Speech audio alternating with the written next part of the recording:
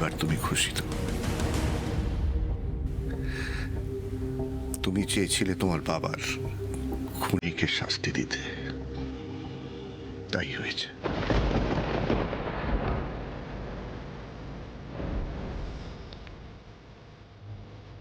আর কয়েকটা দিন, তারপর চির শান্তি। কেন এরকম করছো কাকুমণি? কেন বলছো না সত্যিটা আমাকে? কে কে জড়িয়ে আছে তোমার সঙ্গে এই ঘটনায়? তুমি কারো প্ররোচনায় করেছো এই কাজ? হ্যাঁ, যতটা রক্ষিত বলো না।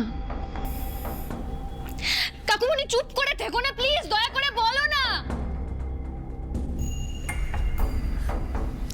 কি লাভ বকুল? কাউকে ফাঁসিয়ে কি লাভ? আমার তো যা ক্ষতি হওয়ার হয়ে গেছে। সব সত্যি কথা বলে দিলে কোর্ট কি আমাকে ছেড়ে দেবে? পারবো?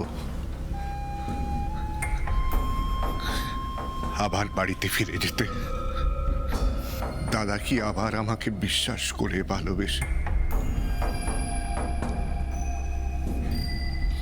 বুকে টেনে নেবে? আমার নেবে না। আর আমার মেয়ে এসা, ও হয়তো আর কোনোদিন আমাকে বাবা বলে ডাকবে না। তাই আমার ফাঁসি হলে এসা অন্তত এইটুকু ভাববে, শেষ মুহূর্তে হলেও ওর বাবার সমস্ত দোষ স্বীকার করার সৎ সাহস দেখিয়েছে।